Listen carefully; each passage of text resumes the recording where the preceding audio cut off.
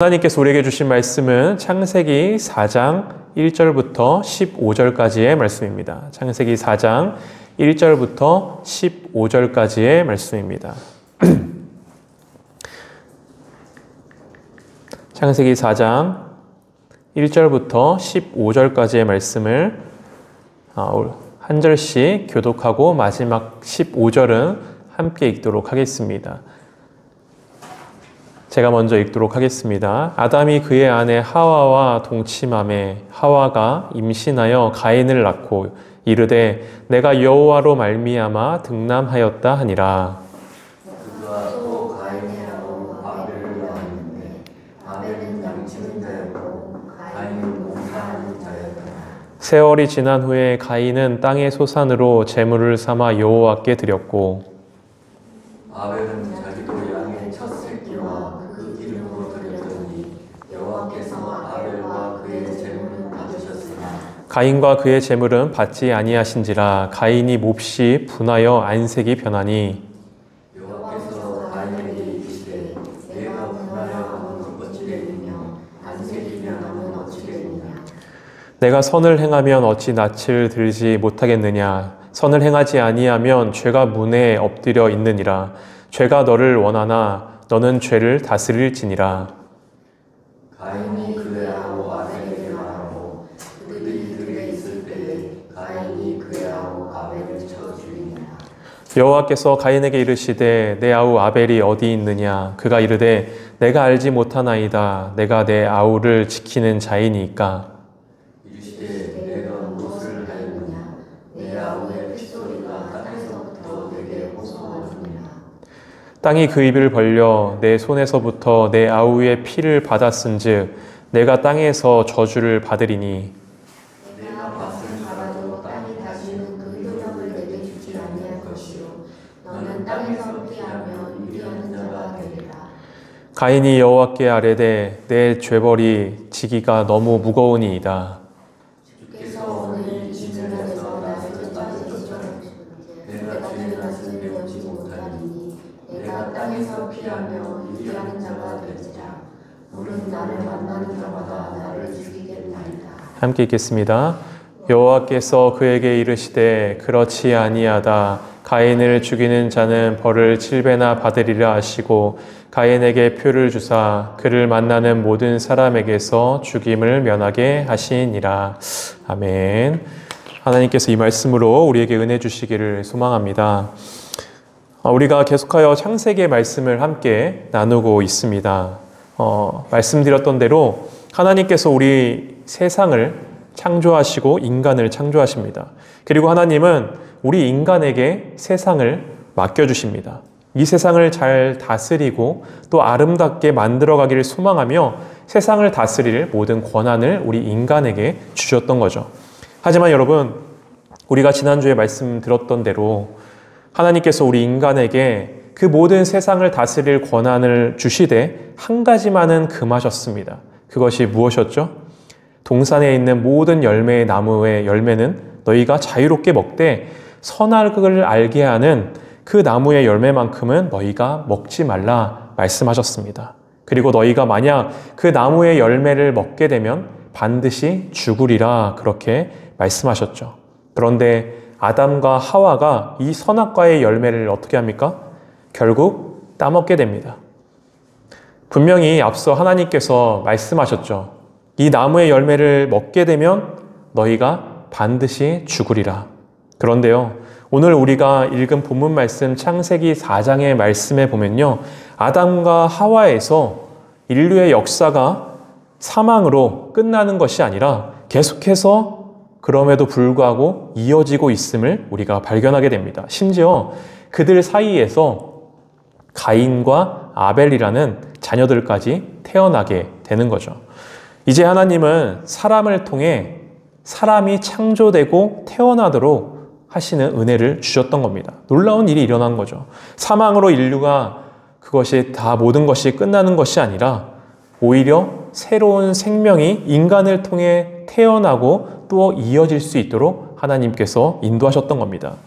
물론 그들은 지금 그 열매를 따먹음으로 인하여서 에덴 동산에서 쫓겨나 살아야 했고 또 땀 흘려 일을 해야 했고 또 해산의 고통을 안고 살아갈 수밖에 없었습니다.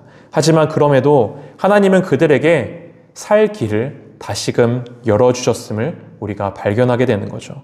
인간의 역사를 사망에서 끝내버리는 것이 아니라 사망에서 생명으로, 무너짐에서 회복으로 변화시켜 주시기 위해 다시 그들이 걸어갈 수 있는 길을 열어주셨음을 우리가 보게 됩니다. 여러분, 그렇게 아담과 하와 사이에 태어난 가인과 아벨, 성장하여 가인은 어떤 사람이 됩니까? 농사를 짓는 자가 되고 아벨은 양을 치는 자가 됩니다. 그리고 그들이 자신들이 그렇게 땀 흘려서 일을 하여 얻게 된 소산으로 하나님께 제물을 드리고 제사를 드리게 되는데요. 본문 말씀 3절부터 5절의 말씀에 이렇게 기록되어 있습니다. 제가 읽겠습니다. 세월이 지난 후에 가인은 땅의 소산으로 제물을 삼아 여호와께 드렸고 아벨은 자기도 양의 첫 새끼와 그 기름으로 드렸더니 여호와께서 아벨과 그의 제물은 받으셨으나 가인과 그의 제물은 받지 아니하신지라 가인이 몹시 분하여 안색이 변하니라고 기록하고 있습니다. 하나님께서 가인의 땅의 첫 소산으로 제물을 삼아 드린 그 제사는 받지 않으시고 아벨이 양의 첫 새끼와 그 기름으로 드린 제사는 받으시게 됩니다. 우리가 이 말씀을 이해할 때 간혹 이 둘이 드린 제물의 차이에서 하나님께서 받으시고 안 받으시고의 그 원인을 찾곤 합니다.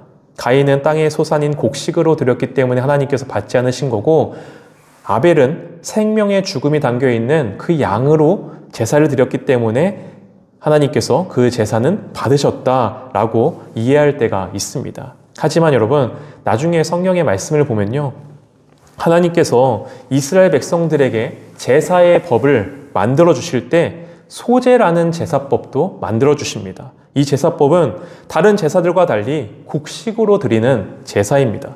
하나님은 곡식으로 드리는 이 제사 또한 인정하시고 만들어주시고 그 제사 또한 기쁘게 받아주셨음을 우리가 발견하게 되는 거죠. 다시 말해 하나님께서 아벨의 제사는 동물이기에 받으시고 가인의 제사는 곡식이기에 마음에 들지 않아서 받지 않으신 것이 아니라는 이야기입니다. 그렇다면 이 둘의 차이는 무엇이었을까요?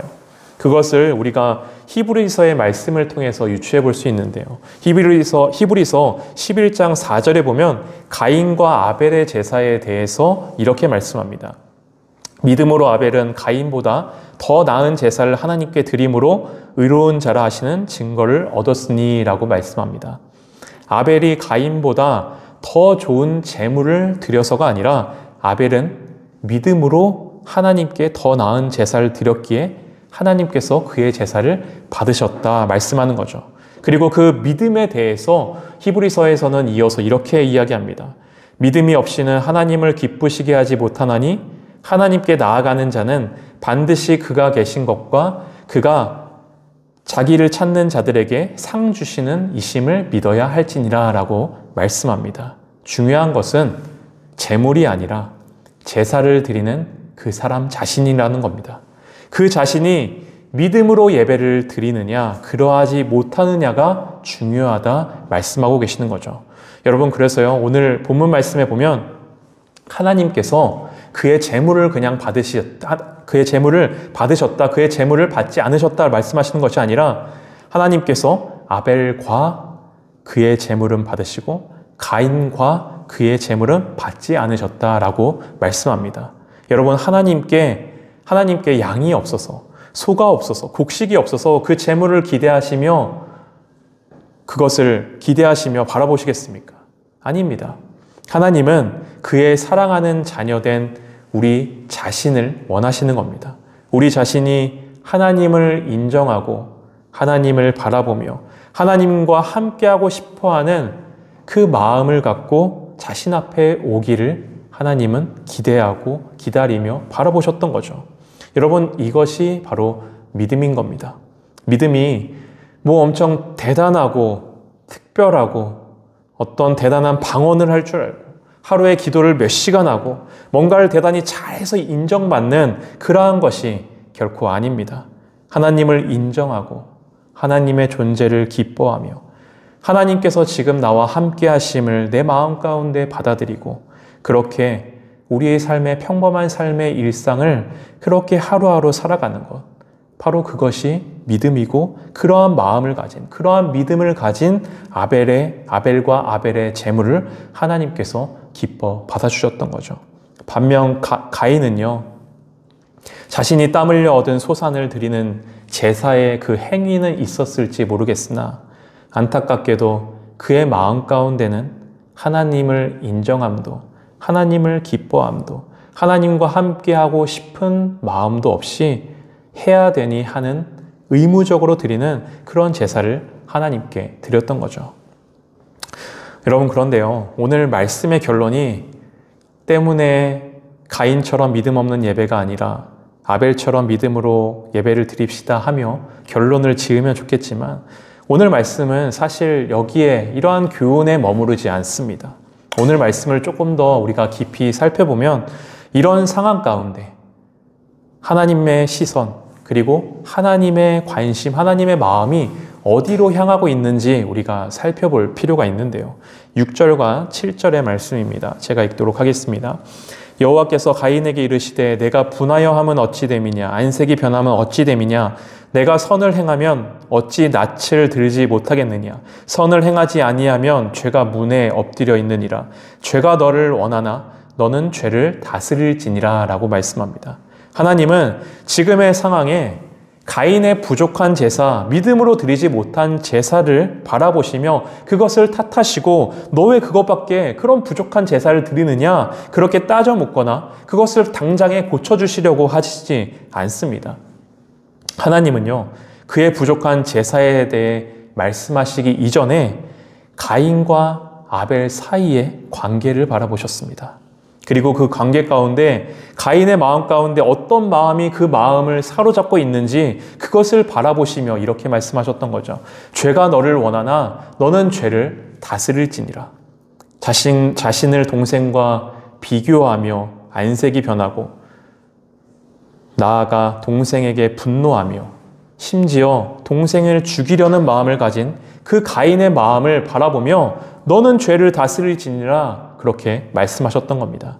하나님은 가장 가까워야 할 그 형제 사이의 관계가 그렇게 무너져 버리기를 원치 않으셨던 겁니다. 질투하고 미워하며 나아가 형제에게 해를 가하는 데까지 나아가게 되지 않기를 그 무엇보다 바라셨던 거죠. 하지만 여러분, 이러한 형제 간의 갈등의 역사는 죄로 오염된 우리 인류 역사의 모습이 되게 됩니다. 이후 아브라함 사이에서 태어난 이삭과 이스마엘, 그리고 이삭의 아들인 에서와 야곱, 또 야곱의 아들인 요셉과 다른 형제들의 갈등, 그리고 나아가 오늘날 우리에게 이르기까지 형제 간의, 이웃 간의, 나라 간의 갈등은 죄로 오염된 이 세상 가운데 끊임없이 우리 일상의 삶 가운데도 이어지고 있는 거죠. 하나님은 그런 세상에서 살아가는 오늘날의 우리에게도 이렇게 말씀하시는 겁니다. 너는 죄를 다스릴지니라. 형제를 사랑의 대상으로 바라보지 못하고 오히려 형제를 미워하며 분노하며 해하려는 그런 마음을 너희는 오늘도 다스리라, 오늘날 우리에게 말씀하고 계십니다.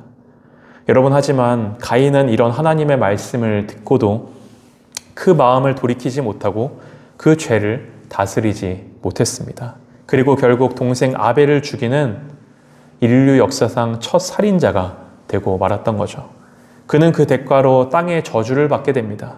수고하며 밭을 갈아도 그 대가를 얻지 못하고 땅에서 피하며 유리하는 자가 되고 말았던 거죠. 또 가인은 자신은 그렇게 동생의 생명을 하찮게 여기며 죽음에 이르게 했으면서 자신의 생명에 대해서는 무척이나 걱정하며 이렇게 하나님께 이야기합니다. 하나님, 내가 유리하며 그렇게 지내게 되면 나를 만나는 자마다 나를 죽이려 할 텐데요. 하나님, 나 어떻게 합니까? 두려움이 그 마음 가운데 가득 채워졌던 겁니다. 불안에 떨며 사는 그러한 인생이 되고 말았던 거죠. 여러분, 이것이 바로 삶 가운데 하나님이 계시지 않는 자, 그리고 형제를 사랑의 대상으로 바라보지 못하는 사람의 운명임을 오늘 말씀은 우리에게 말씀해 주시는 겁니다. 이제 말씀을 마치려 합니다. 마태복음 5장에 보면 예수님께서 전해주신 산상수훈의 말씀이 있죠. 그 가운데 예수님께서 이렇게 말씀하십니다. 그러므로 예물을 제단에 드리려다가 거기서 내 형제에게 원망 들을 만한 일이 있는 것이 생각나거든. 예물을 제단 앞에 두고 먼저 가서 형제와 화목하고 그 후에 와서 예물을 드리라. 여러분, 우리는 수많은 사람들과의 관계 속에서 살아갑니다. 그러한 관계 속에서 우리가 말씀에서와 같이 서로 화목하고 또 사랑하며 살아가기란 사실 우리의 현실은 그렇게 녹록지 않습니다. 때문에 저도 일상을 살아가며 화를 많이 내기도 하고 누군가를 미워하기도 하고 또 누군가로부터 미움을 받기도 하며 속상해하기도 하고 또다시 그러한 과정 가운데 후회하기도 하는 삶을 끊임없이 반복하며 살아갑니다. 하지만 여러분, 마틴 루터가 이러한 이야기를 했죠. 새가 머리 위에 날아가는 것을 막을 수 없지만 머리 위에 둥지를 트는 것은 막을 수 있다. 죄가 우리의 머리 위에 지나갈지언정 죄가 우리의 머리에, 우리의 가슴 가운데 둥지를 틀어버리지 않을 수 있도록 오늘 주신 말씀 또다시 우리가 기억하고 마음 가운데 새기며 작은 삶의 부분일지라도 우리의 삶의 모습을 하나님이 기뻐하시는 모습으로 하나하나 변화시켜 나갈 수 있기를 소망합니다. 그리하여 하나님께서 진정 받으시길 원하시는 삶의 예배, 믿음의 예배에 한 걸음 더 가까이 나아갈 수 있는 우리의 삶 되었으면 좋겠습니다. 우리 함께 찬양하도록 하겠습니다.